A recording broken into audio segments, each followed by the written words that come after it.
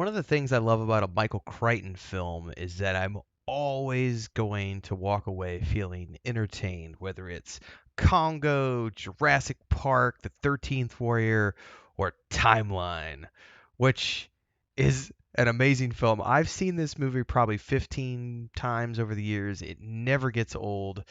Chris and I watched it again it's been 4 or 5 years since we watched it the last time, but this is one of those ones that's sort of in the regular rotation that we come back to every few years because it's just really good fun. It's got a really good cast.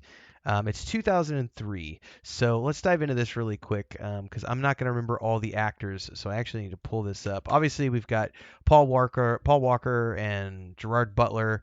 We've also got Billy Connolly playing the old crazy archaeologist, David Thewlis, Francis O'Connor, Neil McDonough. We've got Martin Sheen. Who else is in here? I'm going through the list here. dun, dun, dun, dun.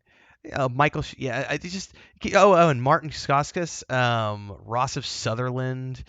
Just this is one of those movies that has a ton of people in it. It also used medieval reenactors, and it's Richard Donner. Like we just did Lady Hawk the other day, and Richard Donner actually has a cameo in the early parts of this film. But it's a phenomenal movie.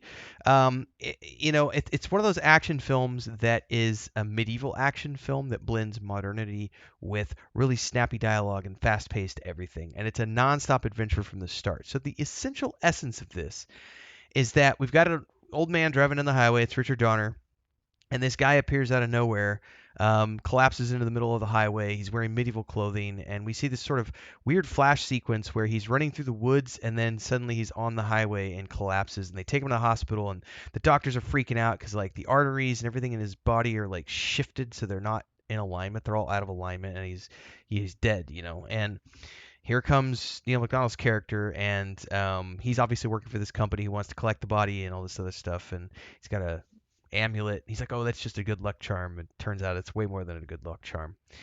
But the essential essence is that Billy Connolly, the great Scottish comedian who's also a great actor, Boondock Saints, baby, there was a firefight, but that's not actually Billy Connolly doing that part, but his character as the father there is great. Billy Connolly is this archaeologist who is overseeing the dig of this site in France during the Hundred Years' War. It's this little place called Castleguard near Laroque Castle, with the site of the 1357 hanging of Lady Claire, sister to Arnaud de Servolet. And her martyrdom led France to win the Hundred Years' War against the English. He's got a team of archaeologists with him, which include Gerard Butler, and Paul Walker is his son, who doesn't really care for archaeology, but he's there because of the romance interest from one of the female archaeologists. And the old man starts to get a little suspicious because he keeps getting all these tips from their funding. The guy who's the company who's funding their dig keeps giving them tips on where to actually find things, and they keep finding these incredible finds, and he gets suspicious. So he goes back to the home base, which is back in the United States, to find out what's up. And then after he's gone, they're digging, and there's a cave in that opens up, and they go down in there, and they find this tomb area that's been, untouched for hundreds of years. And within that room, they find a document with the professor's handwriting that says, please help. And they find like one of his spectacles, and they do carbon dating on the ink and all this other stuff, and they find out that it's actually from the time of the ruins that they're digging, which they're like, we need answers. So they decide to go back to the home base, and that's when they discover that really everything they've been doing is essentially this big company had discovered a way to transport objects from one place to another, kind of like a fax machine. In the process, they were trying to send bigger and bigger things further and further away, and then one of the things they sent disappeared, and they realized that they'd stumbled upon a wormhole that was sending them back to a very specific time and a very specific place. So it's not actually time travel, it's just a wormhole. And they've been sending um, um, people back over there, and one of their people never came back, and all this other stuff. The professor goes through and gets stuck, and these little amulets that they have are, I guess, these markers that allow them to come back, but there's time limits and all these other things. So they decide they're going to go back and rescue the dad because he's not come back, and they're not supposed to take anything modern back. But when they go through with some of the employees of the company. One of the guys brings a grenade. He gets shot with an arrow by these attacking uh, English knights. Goes back through the portal, pushes his amulet, goes back through the portal. The grenade falls, blows up the machine. So now everyone is stuck in France during the Hundred Year War, the night before this massive battle. And it's a non-stop action sequence after action sequence after action sequence after action sequence. But probably the coolest thing to me is the way that Crichton tied in little things here. Because in the beginning of the film, when Gerard Butler's character is talking to Paul Walker's character about um, this tomb that they have, where it's a tomb of this man who's there with Lady Claire, and he's missing an ear. Why is he missing an ear? And there's other things that happen, like when they're down in this chamber where they find the glasses and the handwritten note. They find a wall with a mural that's been destroyed. And quick commercial break, everyone, to give a shout out to our first official guild officer, Bubalonia, as well as all of the guild champions, and of course, all of the members who help keep me on the air full time. To join as a member, simply click that join button below and pick your tier, but you can also support with super chats on any live stream or premiere, or super thanks on any upload or YouTube short. Don't forget the Discord. Let's get back to the video. The girl who's the archaeologist is like, who would destroy this thing? And then as the movie progresses, they realize that they are the people who are doing these things.